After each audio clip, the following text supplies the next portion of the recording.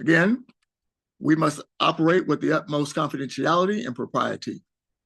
The proceedings will be recorded and shared, as I would, and all witnesses may be called before the committee and will be allowed to this session only as they are called and only for the period that they must give their testimony. What is to happen at the end of the hearing? The Faculty Welfare Committee that I introduced earlier will deliberate. They'll render a decision in the form of a recommendation to the president. If the president rejects the report, he must state reasons for doing so in writing to the committee and to Dr. Unger, and provide an opportunity for a response. If the committee concludes that adequate cause for termination has been established, but that a lesser academic penalty would be more appropriate, it will so recommend with supporting rationale. Ultimately, though, the president will make the final decision about the disposition of this matter. Any questions on how these proceedings will occur?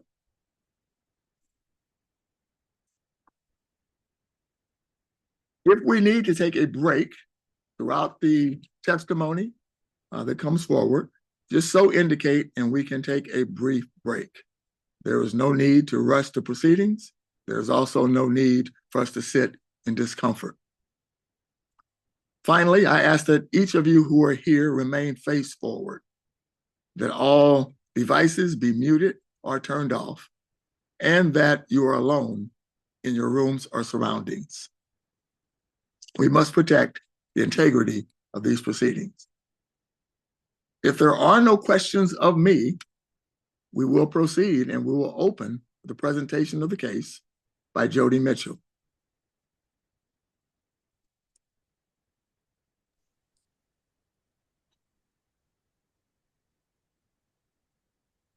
Jody?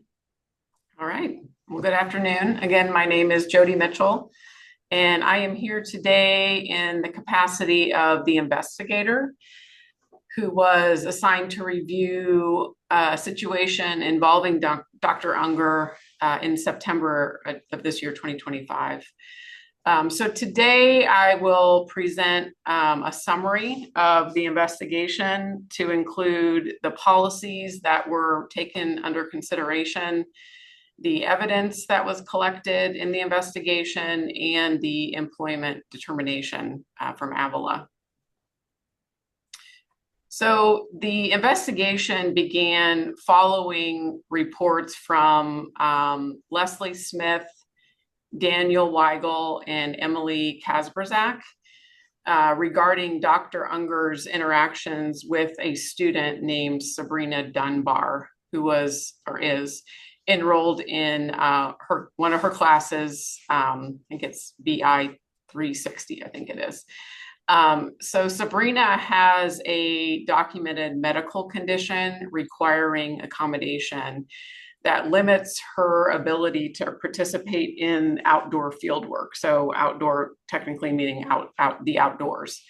So between September 8th and September 12th of 2025, Dr. Unger engaged in a series of meetings with Avila employees and with Sabrina to discuss her accommodations. And these meetings included times with Leslie Smith, actually multiple times with Leslie, to discuss her concerns with Sabrina's accommodation. And on both September 10th and September 11th, when Dr. Unger met with Leslie, Leslie stated that she specifically directed Dr. Unger not to show any sign of negativity or hostility towards the student regarding her accommodation.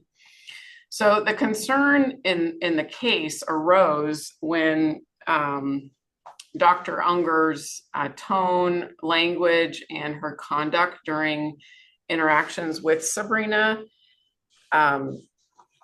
included raising her voice, showing impatience, and making statements perceived as dismissive to the student's disability.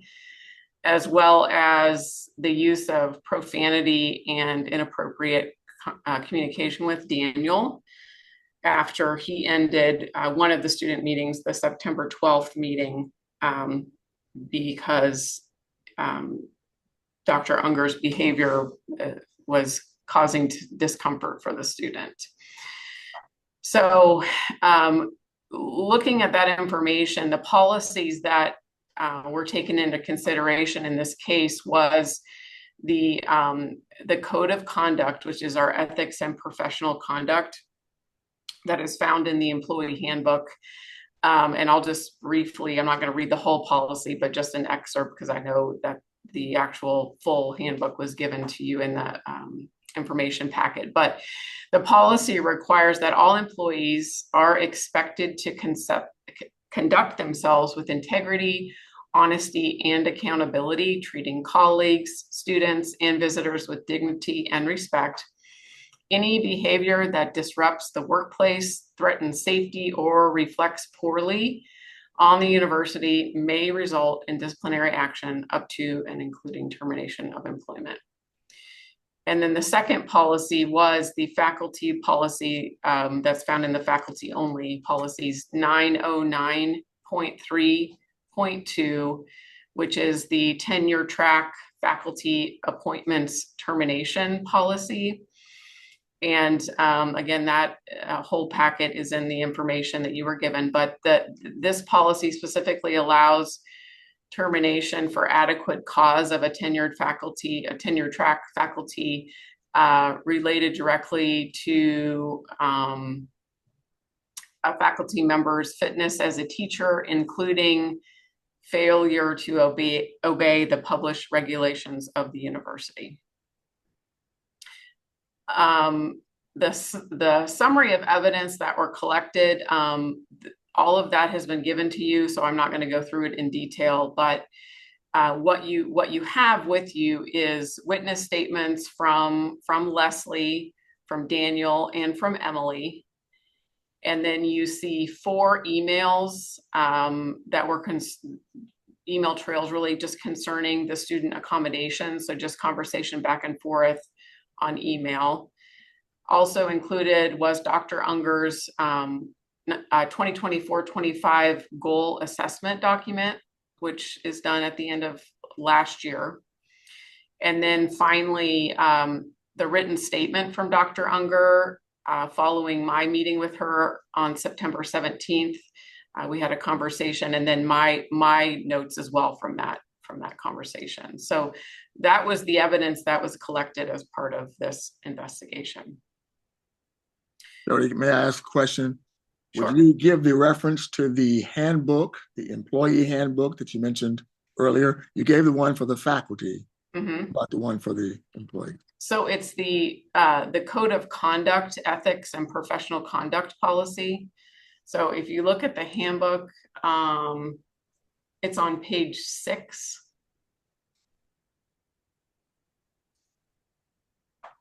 Okay. Okay. Let's see. So once the investigation was completed, really 4 key points emerged from the information that was collected. The first point that emerged was Dr. Unger continued to question the student's accommodation following Daniel's approval of her accommodation. So that you will find in the evidence in the information packet.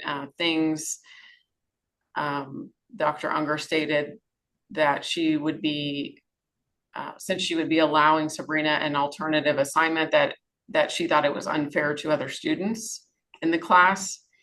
And then a statement or statements that Sabrina should have never signed up for her class with that type of medical condition. The second point was Dr. Unger's escalation and hostility during the meetings. So the witnesses characterized Dr. Unger's behavior as aggressive and inappropriate towards Sabrina. Specifically on September 12th, Dr. Unger's tone became elevated and impatient. Daniel documented multiple attempts to de-escalate the situation, including making statements like, let's please keep this conversation civil. And despite statements like this, he made several, he ended up having to stop the meeting due to the escalation of Dr. Unger and Sabrina's visible distress with the situation. And then Dr. Unger's reaction and style of communication continued, like I noted before, after Leslie instructed her multiple times not to negatively react towards the student. She continued to do so. The third key point was her unprofessional conduct following the student meeting, and that was with Daniel. So after the meeting, Dr. Unger had a separate non-student conversation with Daniel in which she used profanity and inappropriate communication with Daniel. And then the fourth point was really just her admission of her own conduct. So during the meeting that we had, she admitted that she admitted to me that she was not as patient as she should have been, confirmed that she raised her voice to the student when the student corrected her about a date on a document that she had written. She, verbally acknowledged that she has a hard time hiding her emotions when she's frustrated. And this was also documented in her 24-25 goal assessment response. She acknowledged that she said, "I don't always hide my frustrations as well as I should." And she also noted that she expressed her frustration with students and further noted in the document that her goal this year was to strive to do better in terms of not letting her frustration show. So based on the evidence that I just spoke about, the investigation concluded the following. The investigation concluded that Dr. Unger violated the university's code of conduct by failing to treat a student and a colleague with dignity and respect, and by engaging in disruptive and inappropriate behavior that could reflect poorly on Avila. Her conduct constituted adequate cause under the faculty policy 909.3.2 as it directly and substantially relates to her failure to obey the published regulations of the university. And the evidence also supports that her actions create risk to the university's compliance with disability accommodation obligations and undermined trust between faculty, students, and administration. So as such, per interim provost VPAA, Dr. Mary Jane Pearson, a termination for cause was warranted according to Mary Jane, and a letter was then sent to Dr. Unger with that information. Thank you. Do you have any witnesses you would like to bring forward today? No, I do not. Okay. Are there any questions from the panel?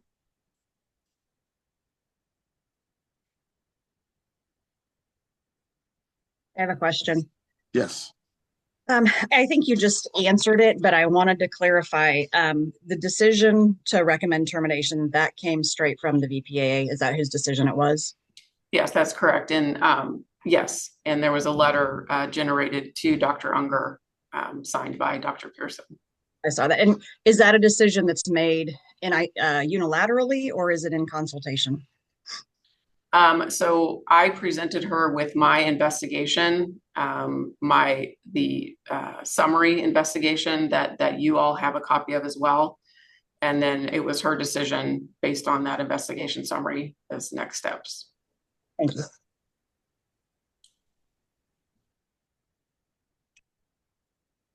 No other questions at this time? Yes. I do have a question. And I'm not sure I'm going to word this exactly the way I mean to, but in reviewing all of the documentation and the formal investigation, it seems to be about hostile conduct and unprofessional conduct, inappropriate conduct. But then I also hear it's about following ADA accommodations, and that seems less clear to me as the issue at hand. So I'm just wanting some clarification about the specific reasons for the investigation and underlying the decision. Is it about the unprofessional hostile conduct, or is it also about adhering to accommodations? It is about hostile conduct. Dr. Unger never refused to accommodate the student. That was in process of, figuring out the best way to do it. The issue was the hostile communication. Okay, thank you for that clarification. Mm-hmm. Matt? Yes, Matt. Yes. Am I just so I understand, were there any alternative sanctions or plans discussed, such as probation, any kind of mediation or training or anything like that? Were any of those things considered or deemed worth considering? That may not be a question for me because I don't make that determination in my role. As far as I know, there was nothing discussed with me. I'll say that.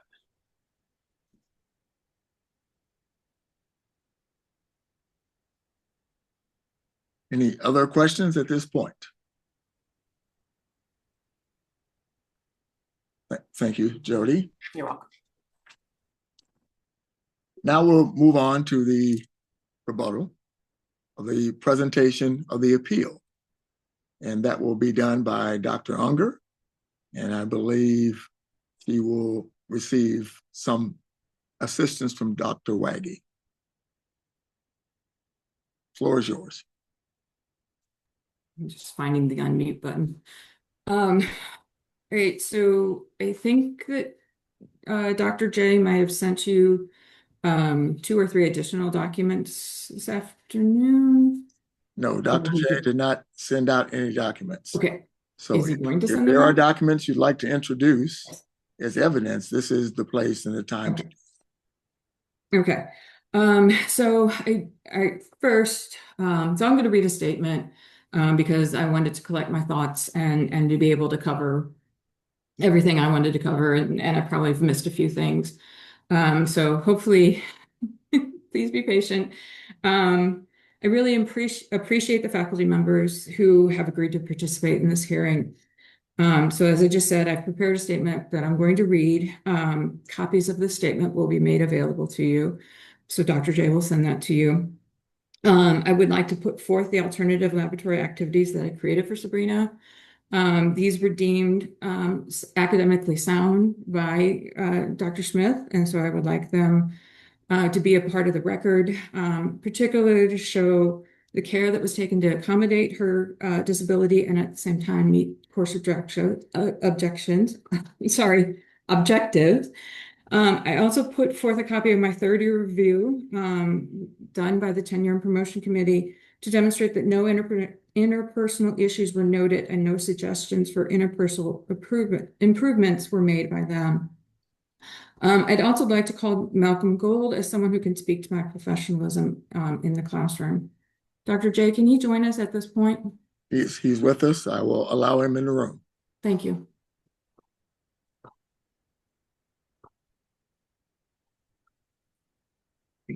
Malcolm, good afternoon. Good afternoon, everyone. All right. I think you have been briefed on the proceedings that are undergoing, and you've been called by Dr. Unger as a witness. Do you have testimony or a statement you would like to share with the committee? I have a very brief statement, and then after that is just more open for questions as a material witness regarding the integrity and the professionality of Dr. Unger. Sure. So many of you know me. Of course, we're colleagues. And I got to know Dr. Unger a year ago in the fall when she came to Avila. I introduced myself very quickly. And just as someone that has a background in economics and public policy, but a passion in nature. The draw for me with another ecologist was very easy. And so we designed a course for IS collaboration. And honestly, through that entire experience, I was very impressed with Dr. Unger and the professionality, and perhaps more importantly, the honesty and the integrity necessary of a specific discipline that often is missed in academia at small schools. One of the things that I am afraid of as someone that's been in a small school and being an economist is that other people have to make judgment calls for me and my colleagues that know nothing about economics. And at the very first school I was at a small school, but it was the University of Wisconsin Colleges. We had 13 campuses. We had at least one economist at every campus. And so I had 16 colleagues, even though we had 13 campuses. And that larger department that held the accountability for merit-based, the appropriateness of class, the discussions, and what was and what was not acceptable was really the only thing that saved me my first year as a teacher. That expertise was specific to the department. And as someone that teaches in economics, I teach political discourse through public policy discussions, and that is a very hotbed topic. It is controversial. It makes people uncomfortable.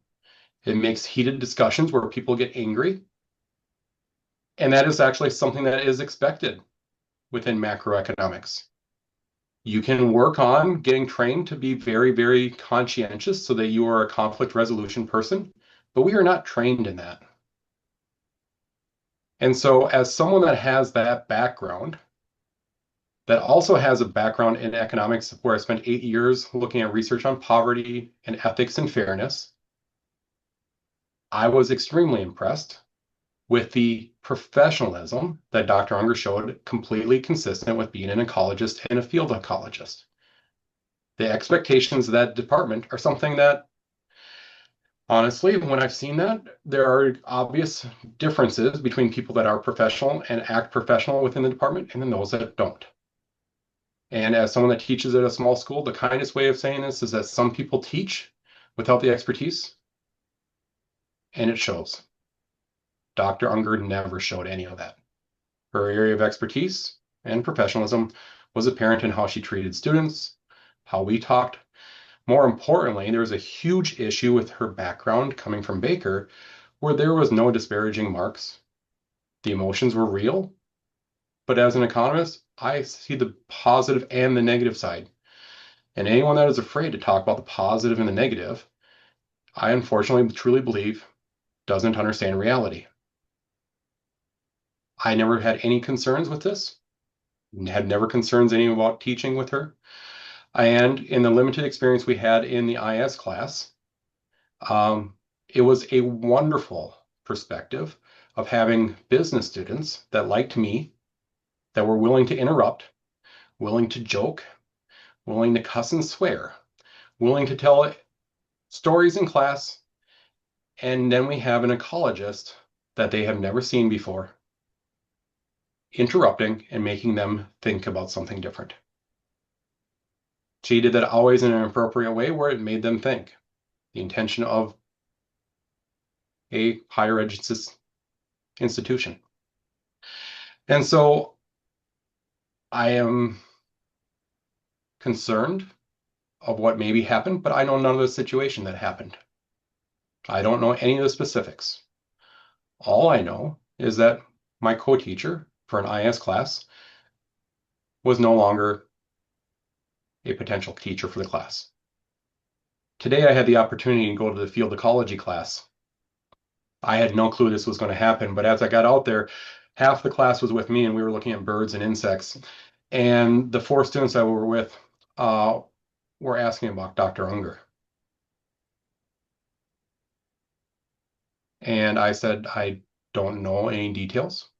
They started sharing a lot more than I had known. And I said, well, I can't talk about that and I don't know.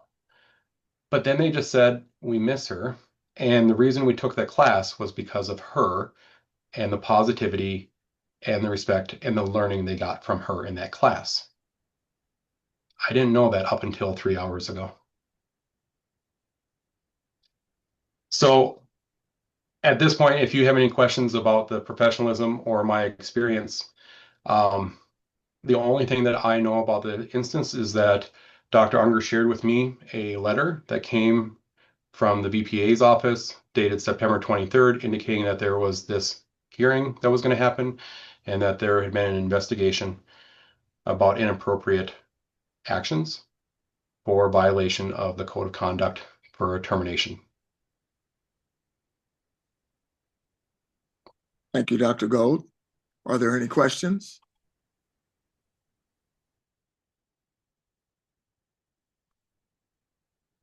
Being that there are no questions, I want to thank you for coming forth and giving testimony today. I hate to use this word, but I will. I'm going to dismiss you from the meeting. Feel free to kick me out. I appreciate all of your times. All right, Thank you. bye-bye. Okay, so thank you for allowing Malcolm to join us for a few minutes. So I'm just going to read the statement, and if you, yeah, I'm just going to read the statement and kind of go forward from there. So after reviewing the events of the week of September 9th through 12th and the documents put forth by HR, placement on administrative leave and subsequent notification of adequate cause for termination feels like an extreme response to a single incident. In most cases, there would be a mediated conversation with the parties involved, followed by the implementation of a personal improvement plan. No one should be judged and then terminated for one bad day. I will use this statement to address discrepancies and procedural errors, provide an explanation of extenuating circumstances, and reflect on whether the actions taken were in the spirit of what would the Sisters of St. Joseph do. It seems I am guilty of being impatient, being frustrated, and expressing my feelings in a manner deemed inappropriate. In other words, I'm guilty of being human. It should be recognized that prior interactions with Daniel and I were cordial. It should also be recognized that Sabrina completed Biology 112. It's the general biology, ecology, and evolution course with me in spring 25. We had no issues during that spring term. And while Sabrina was not the best student, didn't do real well on tests, but she did really well on the rest of her work, and she passed the class. And so I was excited to see her in class again in the fall term. Okay, so just a few discrepancies I'd like to point out, or a few clarifications I'd like to point out. First of all, I did not fail to recognize or question the integrity of the legitimacy of Sabrina's disability. I am the one who sent Sabrina to Daniel in the first place. Prior to this, Sabrina's disability was unrecognized at Avila. I wrote an alternative lab activity assignment plan that attempted to balance her accommodations with course objectives. In my opinion, course integrity is a legitimate concern. Students need to meet course objectives in order to receive credit for their course. I am not against accommodations for people with documented disabilities. I have a disabled husband, 2 nephews who are on the more severe end of the autism spectrum, and a 3rd nephew who has a cluster of neurodevelopmental problems and an extensive document listing strategies to help him cope. This nephew has been quite successful in high school and in college because of these strategies. This nephew also carries an EpiPen for his allergies. So as a scientist and an aunt, I understand the significance of anaphylaxis. I know it is a serious and life-threatening disability. The first meeting on Tuesday, September 9th with Daniel and Sabrina was an ambush. This meeting should have just been between Daniel and me, allowing us to work through scenarios without Sabrina present. Daniel didn't call in advance or anything. He just found me in the hallway and we went to my office to talk. After things happened, apparently Daniel apologized to Leslie and indicated that this would not happen again. However, when I met with Daniel after Sabrina left our meeting on Friday afternoon, he was not apologetic. Instead, he pointed out that he had conducted unannounced meetings with faculty in the presence of students many times in the past without any incident. He followed this by saying, "What is wrong with you?" With regards to whether I would treat Sabrina fairly, I demonstrated that in class on September 12th. We went directly from the meeting with Daniel to class. I didn't treat her any differently than any other student. I gave her appropriate responses to her contributions to the class discussion. She offered an explanation. I indicated it was correct, but asked for a little more detail. The response she gave again was correct, and I praised her for a perfect answer. I was able to teach very soon after this exchange with Daniel, and no one in the class had any inkling of anything out of the ordinary. I am good at what I do. Regarding student health and safety, I did all I could to make sure the field experiences were safe. The following statement is in my syllabus, repeated in the class, and posted as an announcement on Canvas. The statement reads, for all field labs, long pants and closed-toed shoes are required. Students should bring water, snacks, sunscreen, and/or long-sleeve shirt, hat, and insect repellent. It will be off-trail and in tall vegetation, and you will want to protect yourself from insects, brambles, and poison ivy. Keep in mind that being off-trail means your clothing may get dirty. In the announcement on Canvas, I reminded students that I would have insect repellent and a first aid kit with me in the field. I told students that we'd purchase wipes so that they could clean up before leaving the field site. I also made this post to remind students, as we were going into our second field experience, and also to ensure that they all knew that we had the wipes and things like that to help protect their health. I can provide guidance, but as adults, students will make their own choices. During the first field lab, at least 2 students, when hearing we'd be off on trails and not in vegetation, decided to wear shorts instead of long pants, and at least one of these students didn't bring any water with them. Most students, including Sabrina, did not have their arms covered. I can share a photo if necessary. Even though it was hot, I modeled the clothing recommendations, including long pants and a long sleeve shirt, but with the exception of a hat, which I regrettably forgot.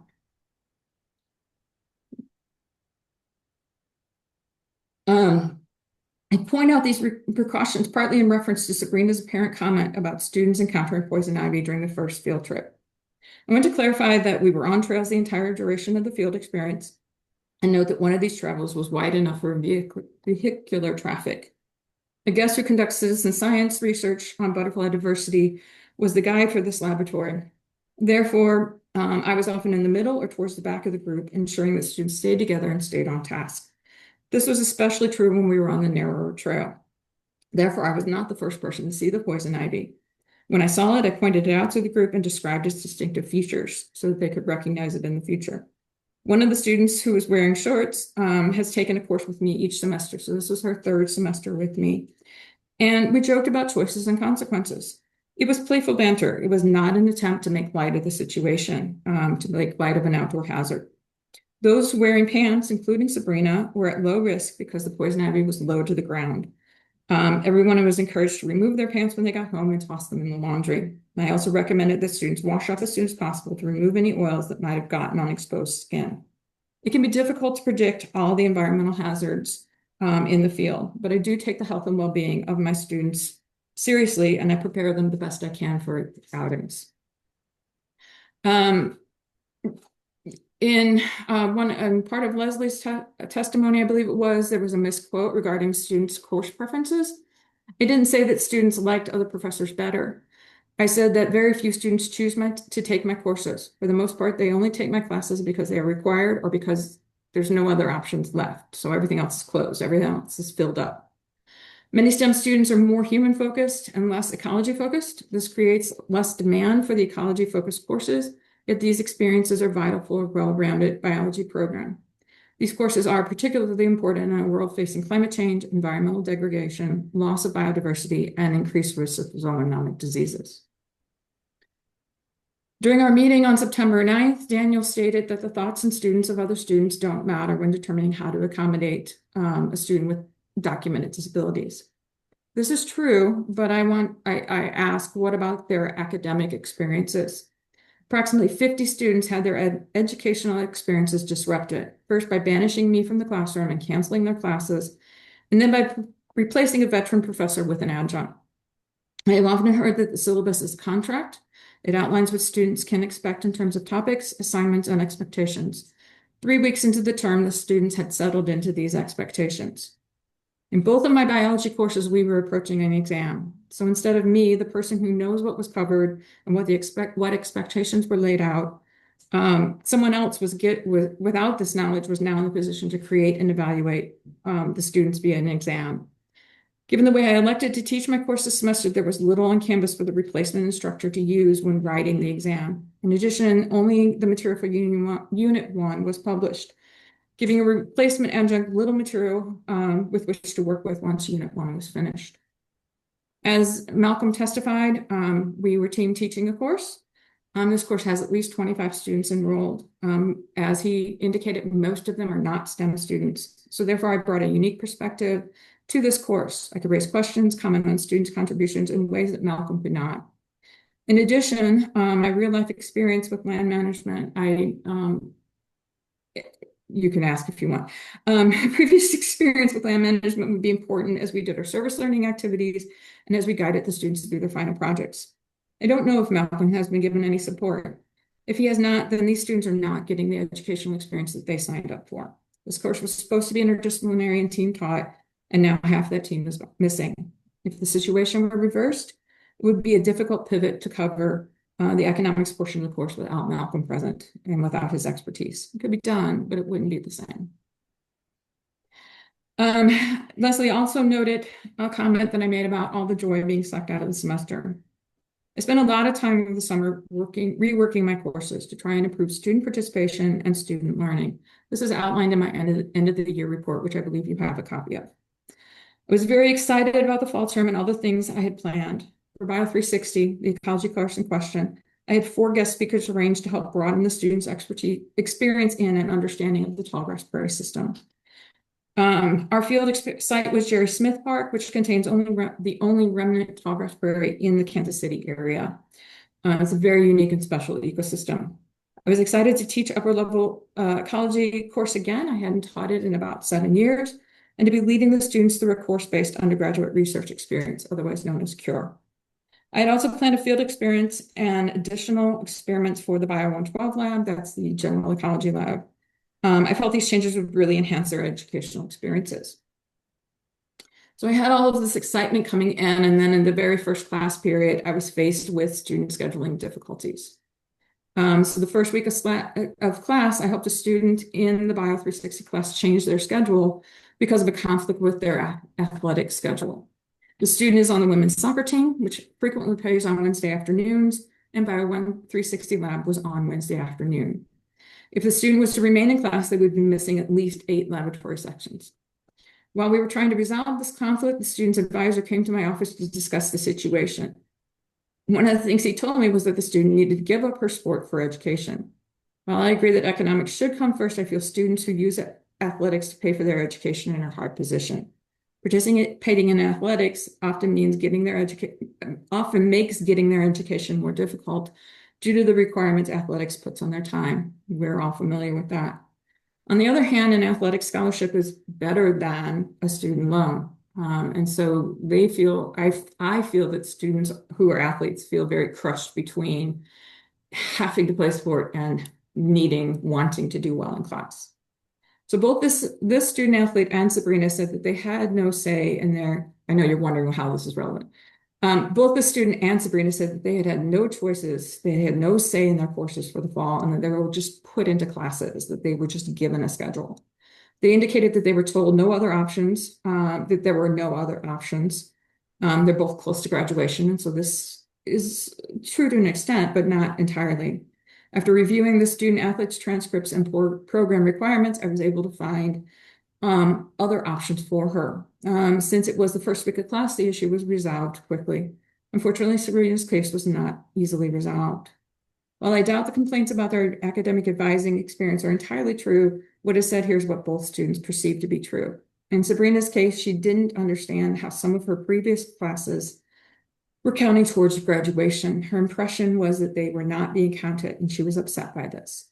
This is the part of the reason why we went to the academic advisor's office. I know Leslie questioned that and said, I don't know why they went there. This is part of the reason why we went there, is that Sabrina was upset about other academic issues, and so we went to try and resolve them. Okay. I mentioned at the beginning of this that there are many extenuating circumstances to what happened. First of all, I was sick at the time. I have been experiencing all fall severe allergies, but in that particular time, I also had a mild cold on top of that. So I had a stuffy nose, my eyes were constantly burning. I was tired because I wasn't sleeping well, and my cushion was about to shrink. Okay, experimental laboratories require a lot of preparation as the semester progresses. Students in Bio 360 would soon be submitting data, which then I would reorganize, graph, and process run through the appropriate statistical calculations. This allows me to be better prepared when I work through the data with students, but it does take a lot of time, as does the writing and grading of exams and preparation and grading of in-class activities. And I significantly increased the number of in-class activities that were happening this term. I was anticipating a lot of homework in the evenings and on the weekends, and since I was already tired, I was feeling a bit stressed about the loss of free time with my husband and our fur babies.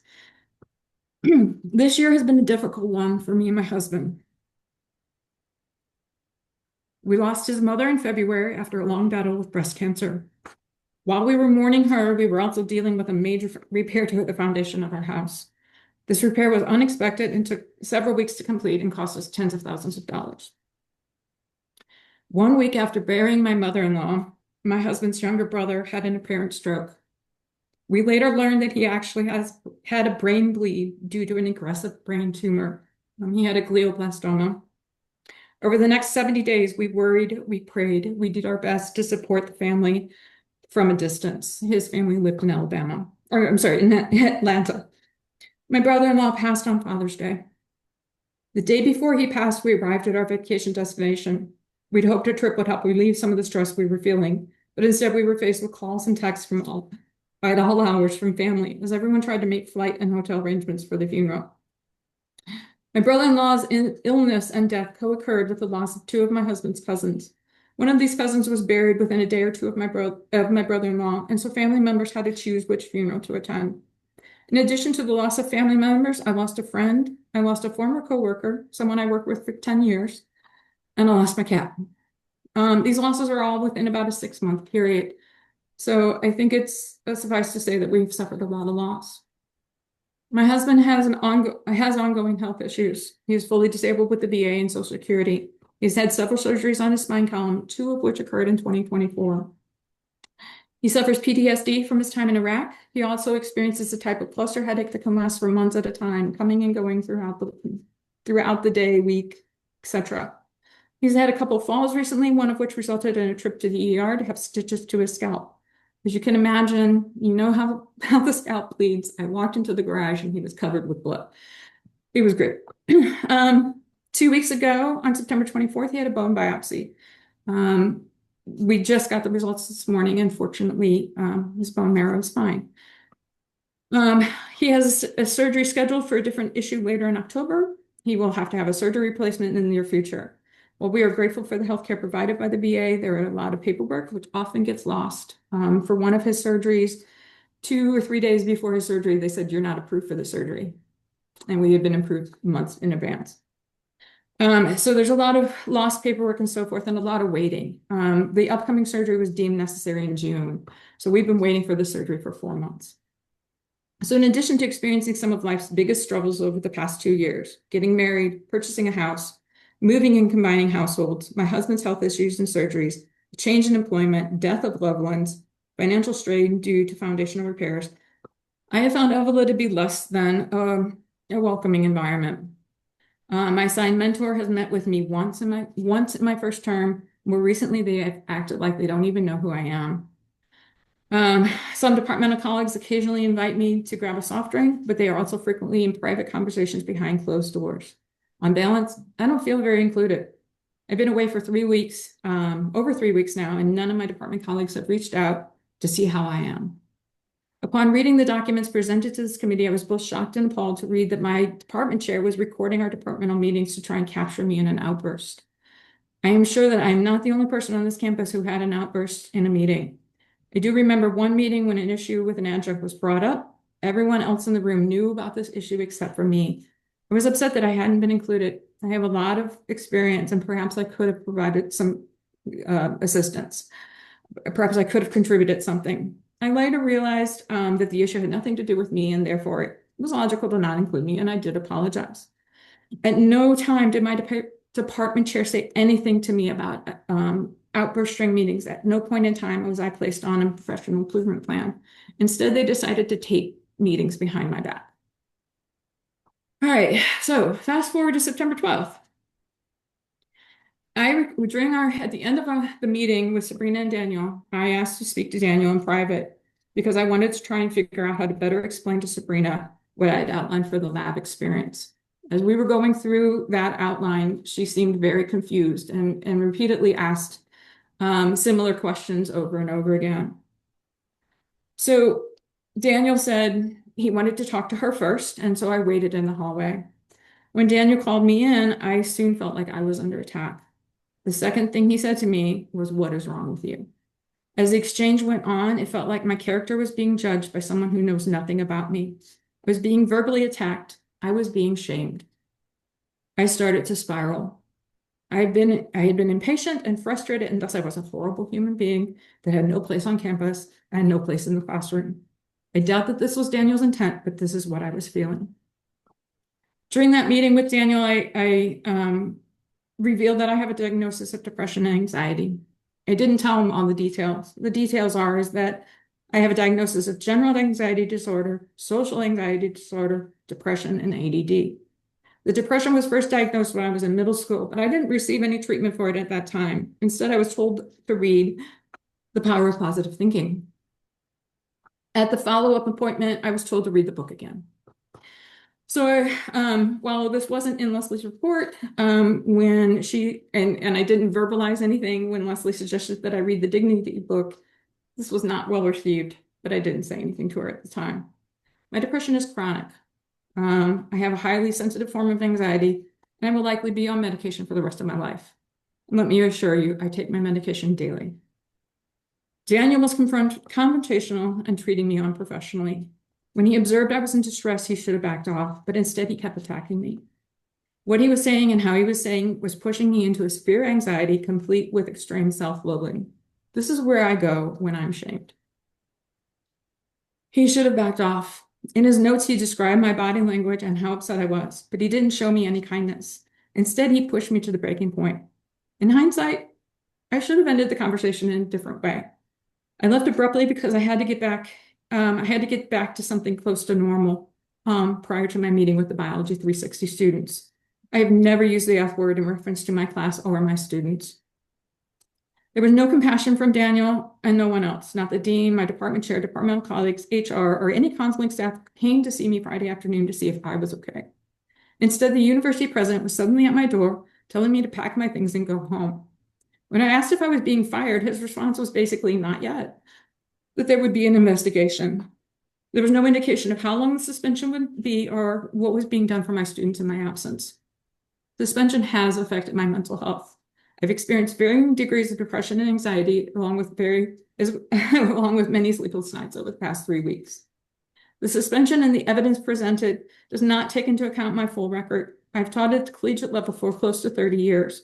I've been tenured by 3 different institutions and promoted to full professor at 2.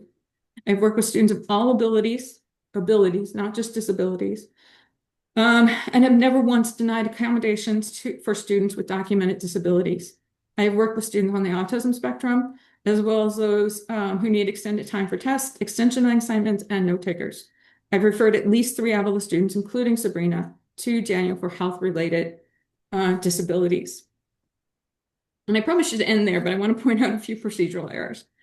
Prior to the week of September 9th through 12th, there was no indication of any issues with my performance or interpersonal skills. If there were issues, no one spoke to me. There was no professional improvement plan put in place. The formation of this committee, while I appreciated all your time and being here, didn't follow handbook procedures. I was not allowed to put forth the names of faculty members that I wish to have on the committee. Instead, I was told to approve 3 of the 6 names that were forwarded to me. Essentially, administrators alone created this committee, as all 6 people that were on the list are either here or are serving as an alternate. And I would also like to say the communication regarding this issue has been poor. It took 2 to 3 working days, 4 to 5 calendar days before HR reached out to me. Subsequent messages were often sent at the end of the day, meaning that even if I immediately even if I replied immediately, there would be no follow-up until the last day. And this created a strong feeling of isolation. So I feel that Daniel didn't approve, and kind of in closing, Daniel didn't behave professionally. He ambushed me on September 9th, and he verbally attacked me again on September 12th. If he had set up a meeting with me in private in advance, I would have handled the situation a lot differently. I would have had time to prepare some ideas, and we could have had a back and forth without the student present. He verbally attacked me on September 12th. The extenuating circumstances presented here this afternoon were a contributing factor to how I responded to his inappropriate behavior. In reading through the documents provided, I am charged with being impatient, being frustrated, and expressing my feelings in a manner deemed inappropriate. I wonder how many at this meeting or how many across campus have also been guilty of being impatient, being frustrated, or expressing their feelings inappropriately. No one should be judged and then terminated for one bad day. When I was clearly in distress, no one cared. I was banished from campus and isolated. I was told I couldn't talk with anyone about the issue. This effectively cut me off from resources such as the access to Dr. J and to the resources that Daniel mentioned to me on September 12th. No one asked me what happened. It was as if the decision to terminate me was already made. To isolate and turn your back on someone clearly in distress, clearly in an anxiety-related reaction. Is this what the sisters would do? They would not condemn me. They would forgive me and tell me to sin no more. We need to put our words into action. If we say we follow the teachings of the Sisters of St. Joseph, then we should behave accordingly. Thank you, Dr. Unger, for that very professional and personal statement. Will there be any questions, Dr. Unger, from the committee, or Jody as well? Yes, Deborah. Excuse me. Hello. Dr. Olson Morrison. Oh, Okay. Deborah's fine.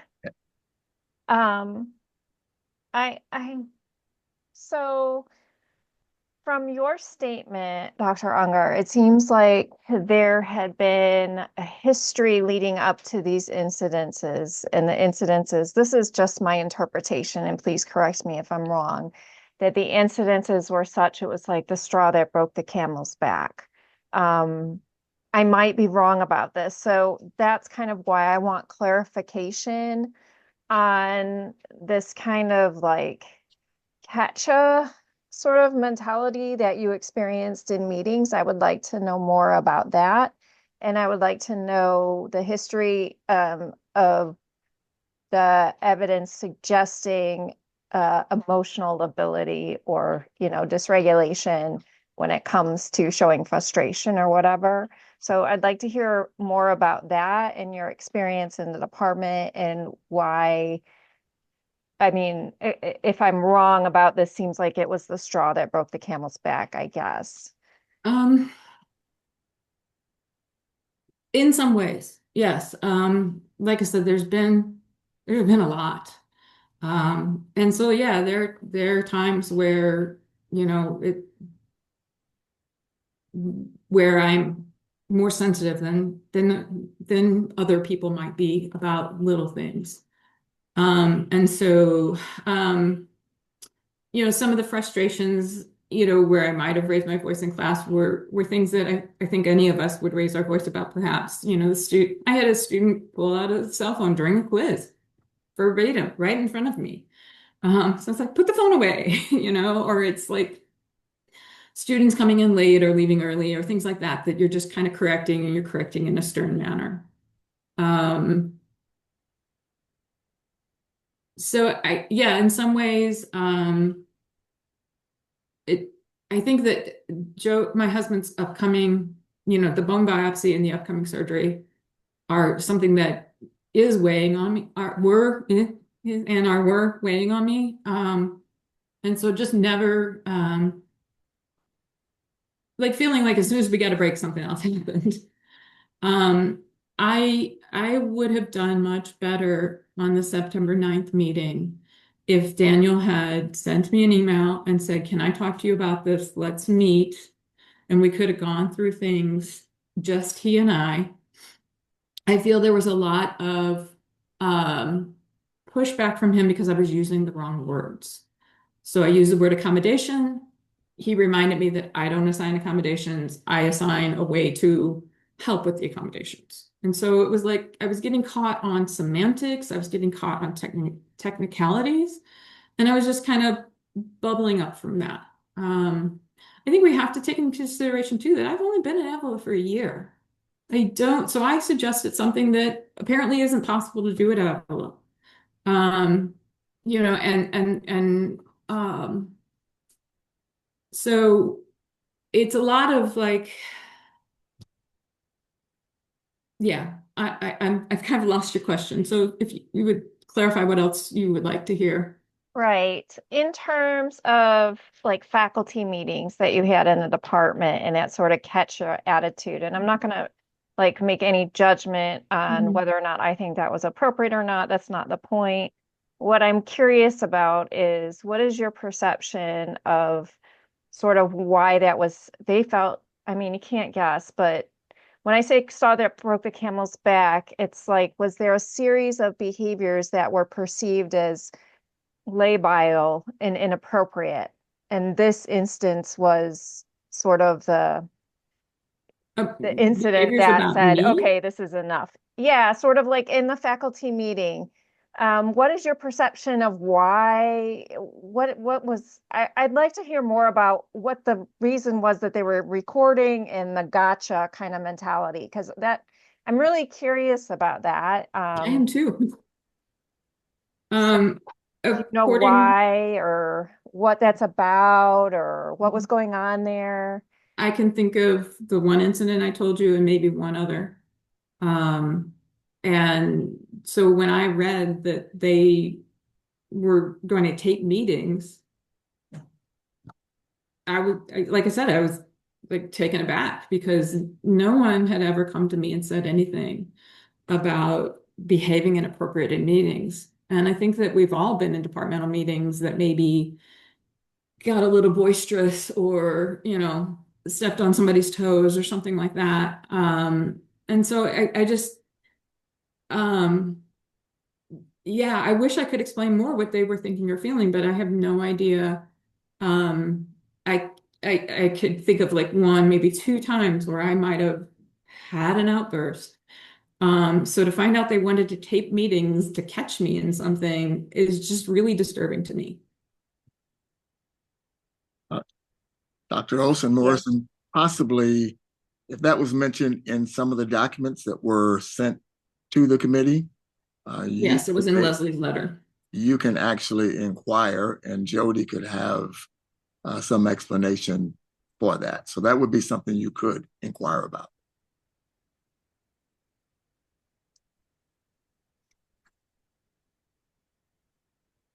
Did that answer what you wanted, Dr. Olson Morrison? Yes, thank you. Okay, thank you. Are there other questions of Dr. Unger? Yes. That stays. Thank you. Sorry, excuse me. So I think you've answered these questions. I just want to clarify. Okay. The student Sabrina had taken a class with you before, and this was her second class with you. Did she need your class to graduate, or were there other options? She was told, she indicated to me that she was just put into that class. Now, when I talked to Emily, Emily's like, no, we work all the way through it and this and this and this. But both her and I know the other student doesn't matter, but both her and the athlete told me I didn't have a say in my classes. I was just put into this class. Okay. And at one point between the 8th and the 12th, you had gone to the advisors to try to figure out if there was another option for either the lab or another class. Yes. Daniel, Sabrina, and I went over to the advising office. Her advisor, Brian, was not available. Emily was like, give me a second and I can help. And so I was very appreciative of her help and that she like took time out to help a student that wasn't hers. And so we were so she took some time to like look through things and I understand now why the one course that Sabrina thought didn't count for anything doesn't count the way she thinks it might, but it does count. I don't know that she knows that. But we were just trying to see what other options were. I mean, obviously changing the third week of semester is not a good idea. I did not know that it was impossible at Avila to drop a lab and just have a student complete the lecture. That was a suggestion I made because that is something that's been available to face these issues at other institutions. So apparently we don't do that at Avila. And this also was the first time I had a student who had disabilities that would prohibit them from going outside. And so this was a new thing for me, trying to figure out like how I was going to give them the experience of the cure, give them the cure experience without putting their health at risk. And so I was working through that. And you were And working through this, sorry to interrupt you, a couple No. weeks after the semester started. Yeah. So I know sometimes we'll get a letter from Daniel before the semester starts, like the first days, and sometimes a week or two into it. Do you remember when you were notified that for the first time that you had to comply with these types of accommodations for the students? Like, were you the beginning of the semester? Was it, 2 days before you met on the 8th? It was after I recommended her to go to Daniel, and it wasn't sent to me until the 10th or the 11th. Okay, so do you remember if she had accommodations in BI 112 that she took with you? No, she did not. Okay. So this was all new. You were trying to figure it out on the fly. Okay. If you could go back and do anything differently, what might that be? I guess from the very start, I would have told Daniel that this was not a good time and that he needed to set up a meeting with me to talk to me privately about things. I think if we had started on the 9th in a different position where it was just he and I, a lot of things that happened wouldn't have happened. Okay. And then I think I'm allowed to ask this question, Joe. If I'm not, stop me, or Dr. Unger, if you don't want to answer it, please don't. Do you feel like you tend towards emotional dysregulation that could benefit from some help? I don't really know what you mean by dysregulation. I'm guessing you're saying I'm too sensitive. No. So the reports were about angry outbursts, profanity. Is that something that, because I don't know you very well, is that something that is typical, atypical?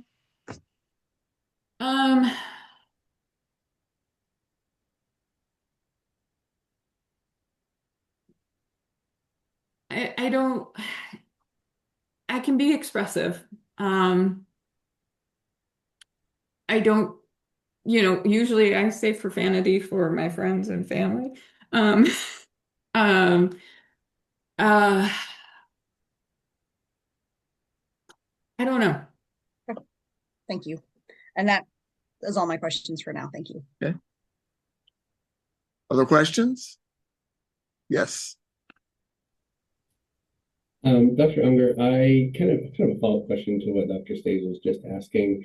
I think there are a lot of terms in use here. You being frustrated, impatient, anger outbursts, losing your temper, all the way up to hostile and aggressive, abusive language. I was just curious from your perspective, when you get upset, when you get frustrated, what does that concretely look like? What does it sound like? What kind of words had you used specifically in the incidents in question here? More concretely, instead of kind of these vague terms, if you don't mind explaining. I think wow, that's hard. So if I'm, for example, in class the other day, I was frustrated by the fact that students were starting to pack up their stuff well before I was finished. And I just kind of inserted it into the lecture about like, hey, if we're doing this, then this happens, and there's trade-offs. And so in that case, I just was kind of creative in dealing with it. I think that I just get a little stern, maybe. And I disagree that I was aggressive from the start with Sabrina on the 12th. I felt like I was just reading through a document with her. And so I did know at one point that I was a little frustrated, and I took Daniel asked what was going on, and I took a breath and I said, I'm sorry, I'm a little impatient and I'm, a little frustrated. And then he, accuses me of being instantly ratcheting it back up again. And I don't know that that happened. I think I was kind of using less of a friendly friend kind of voice and more of a teacher voice, and just kind of going through things very systematically. I'm not sure how that was viewed as hostile. I'm not sure if I'm answering your question. So if there's something I need to clarify further, please ask. Or if you have follow-up questions, we can do that as well. Yeah, no, I think that answers it. I guess, if there was some period of time where you were yelling or using any kind of words or phrases that a student might perceive as clearly antagonistic versus, what does that frustration look like to an outside observer? I think it's just that like my tone might get a little more stern and a little less jokey, a little less casual with my students. As we were going through the document on that morning with Sabrina and Daniel, at one point she was really confused about the dates. She had said she was okay to go to do lab activities on Thursday, and so I was suggesting that she do some lab activities with a different class. And then at the end of the semester, I was bringing her back in with the 360 students. And she made some comment about that this date was wrong. And yeah, I was a little frustrated and I was like, so sue me, I got the date wrong. And then I realized that I actually did have the date right. And I said, no, no, no, the date is correct. That's on Thursday. I want you, only when I say Wednesday is when I want you there on Wednesday. So something like how you've just heard me right now, would be kind of how I would be handling those situations. I think that instead of Sabrina being upset about my language, I think that what was more happening is that she was overwhelmed. We were going through a 5-page document. And so, one of the things I've learned in my career is that if you go over every single assignment with a student at the beginning of the term, they get the deer in the headlight, they get panicky because, oh my God, how am I going to do all this? And that's the reaction I thought Sabrina was having of just like, whoa. I didn't see her as getting upset with me. I saw her as like not being able to like wrap her head around everything during that time period. And so when Daniel suggested that we break, I was like, yeah, she needs some time to read over this, because I'm giving her a whole lot at once. And she's not having time to process it. So I was reading her responses as confusion and as being overwhelmed with what I had outlined. She hadn't had a chance to look at it before that meeting. She looked at it at the beginning of the meeting and, she's flipping through the pages and she's maybe a little overwhelmed. I didn't see her as responding to me as me being aggressive. Thank you. One more follow-up question, if you don't mind. I saw from your statement, I've heard from other people what they said you said, but for you, you said that you had said things you shouldn't have. I was just curious if you remember what those things are specifically, or if it was more just a general sense. Just a general sense, particularly as I started to feel the shame. I was very upset. My voice was raised, and things were coming out that shouldn't, just weren't relevant to what was going on. My health is not relevant to the situation, right? The lack of treatment for me is not relevant. But it just kind of like I felt, just really pushed. And so I was just like, like all of this is happening. So I would have rather not raised my voice. I would have rather not left abruptly. But I left abruptly because I had to get to a space where I could walk into the classroom. And I was successful in doing that. Yeah, I cried some on my way to class, but when I walked in the door, we had class. And I felt it went pretty well. Thank you. Yes, ma'am. Yeah. So I'm looking for a little clarity and maybe just a little bit more context around the meeting with the advisor, Emily. Emily had reported, according to the documents here, that that she felt that your raising your voice and when the student was correcting you, and that your remarks came across as antagonistic or dismissive, but that said that she felt that this caused distress to the student, and that disrupted that accommodation process. I guess my question to you surrounding that is, did you recognize that distress in the student, whether you felt it was coming from you or not? Um, and I guess my other question is, was this distress happening prior to moving into speaking with Emily? I don't quite fully understand the course of events that brings Emily into this situation, and then for Emily to have such a perspective of your behavior.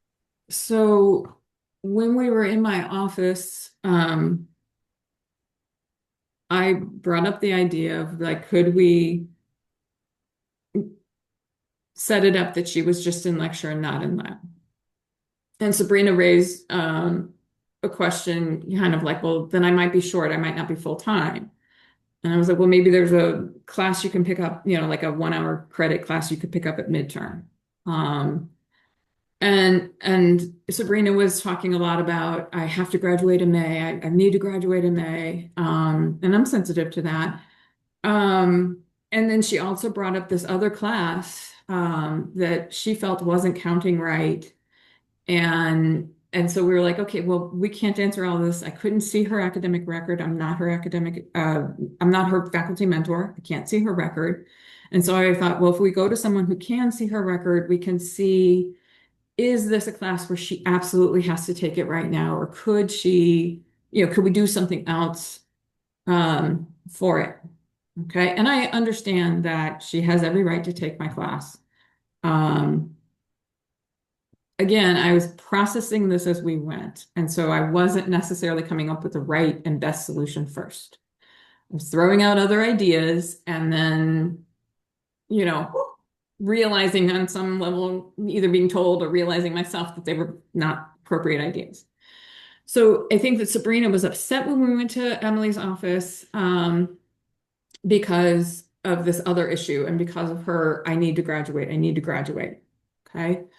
Prior to going over there, or right as we were going over there, and maybe even as we were waiting for Emily, I said, well, I've got this other, I'm like, we've got this other lab. If you're free on Thursdays, I can put you into there and we can do this. You won't have to change anything. You'll just be in my Thursday lab.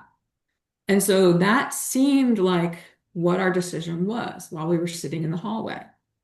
So then when we got into Emily's office, again, Sabrina seemed to get real upset about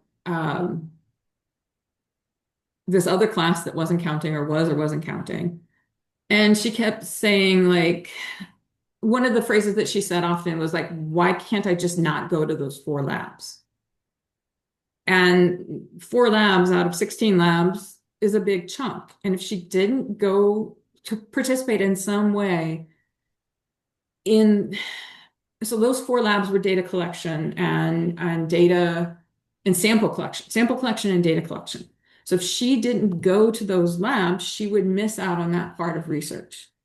And so what I was trying to wrap my head around was, how do I give her the experience of collecting data and processing samples and not be outside?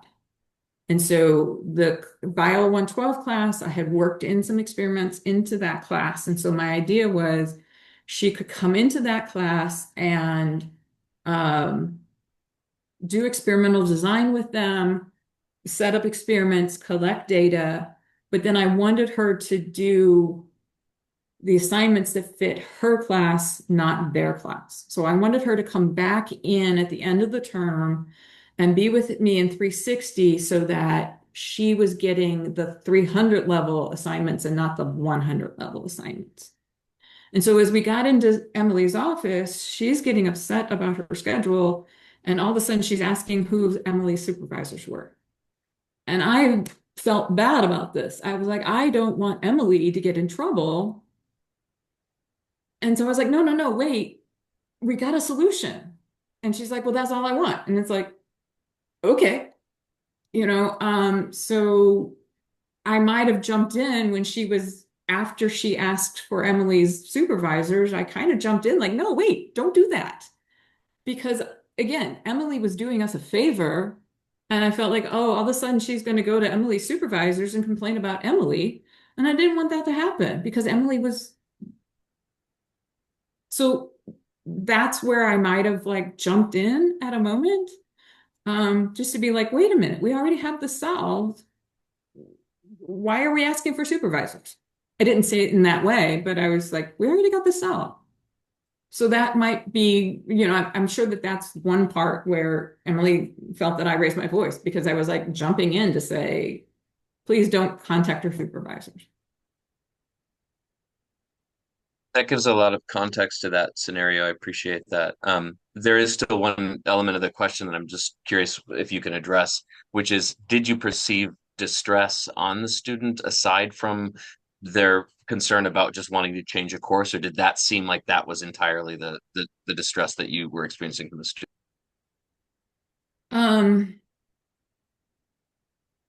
On those, both with Emily and with Daniel, I felt what was more coming from the student was, like distress in that she was worried she was going to graduate on time, and worried about what classes count and that she really needed to graduate. I felt like that was one of her driving forces or one of her driving thoughts.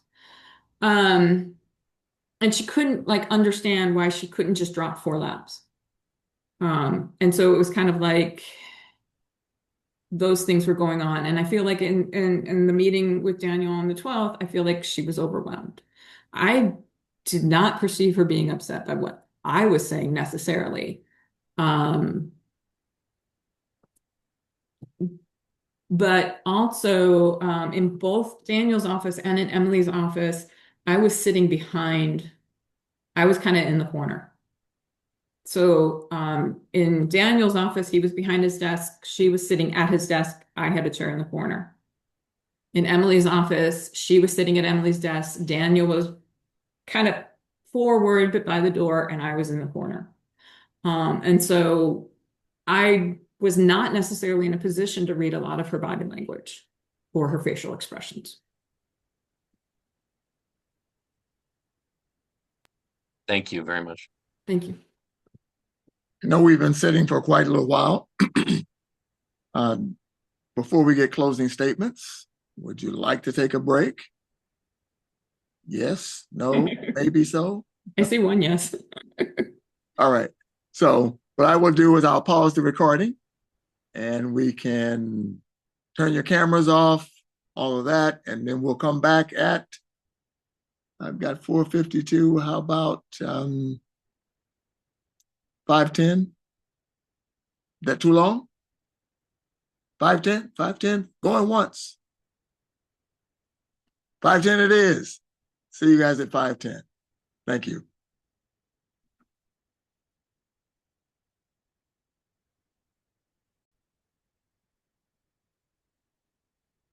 We're back early. 5:09. It's to our advantage. We'll use the extra minute we have. Jody, would you like to proceed with your closing statement? Certainly. So on September 9th and 12th, are the days that we're specifically speaking about.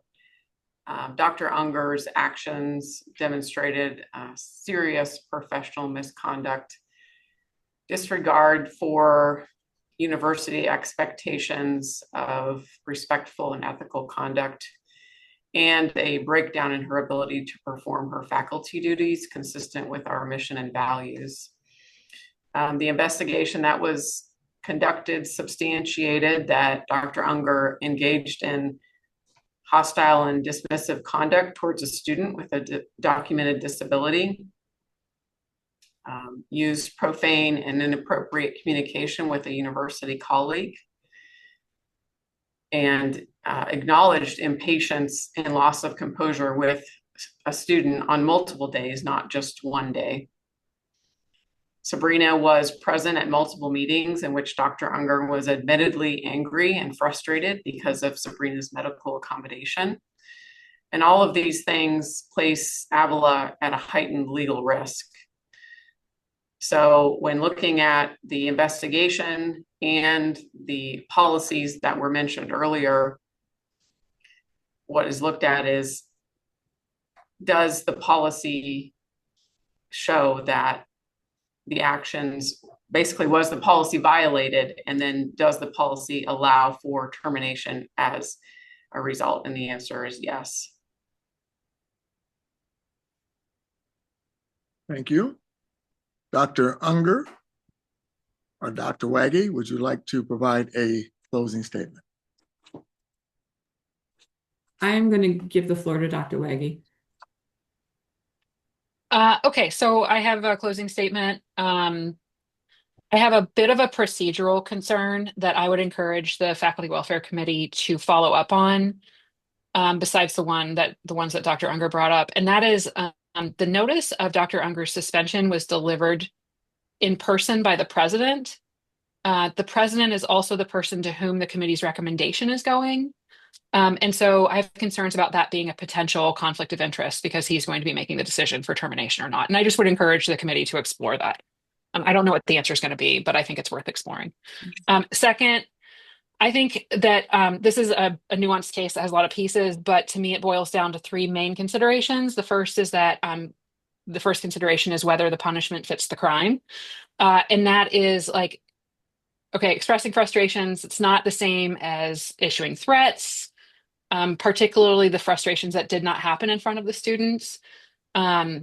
It does seem that termination of a tenure track faculty with over 30 years experience is not compatible with the violation there.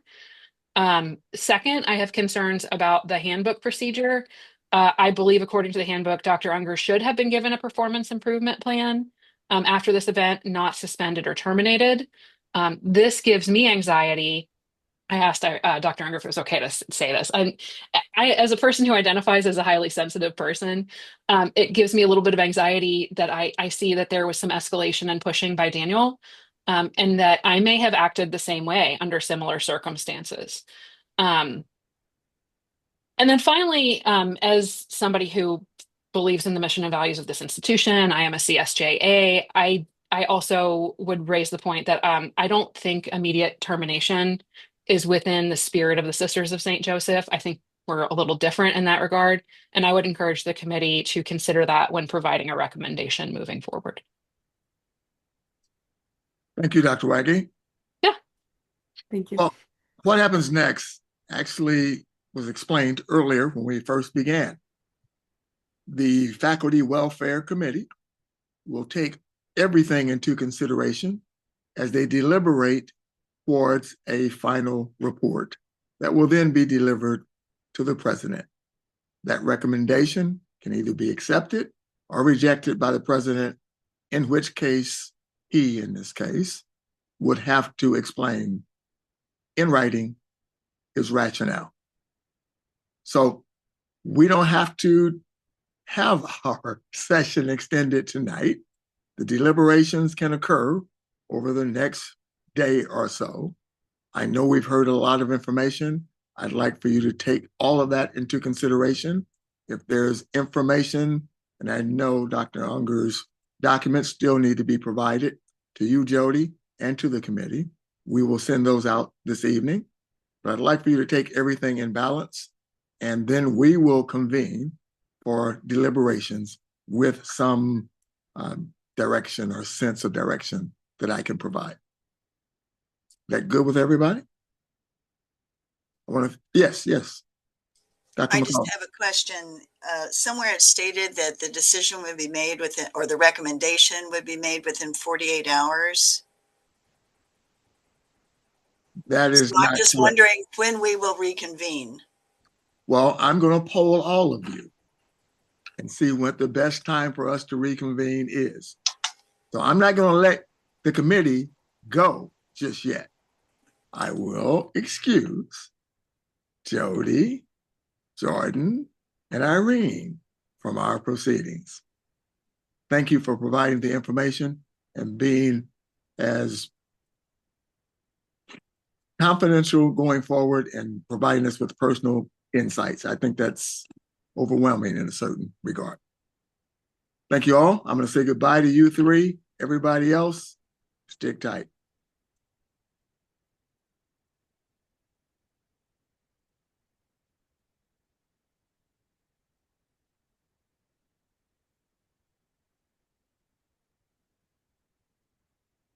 No, I do have a question. Okay. Are we being recorded right now? Yes, you are. Okay. Don't ask the question unless you want it. It's okay. Okay. Our deliberations, your deliberations will not be recorded. Okay. So once we reconvene, the recording goes off. So do you want to hold that question for then, or do you want to ask it now? I am curious if we could take 5 minutes just to talk as a committee. I'd like to sort of get a pulse on what my colleagues are thinking as I move into thinking about what I'm going to think about. Sure, we can have conversation. I will stop the recording for that. Okay?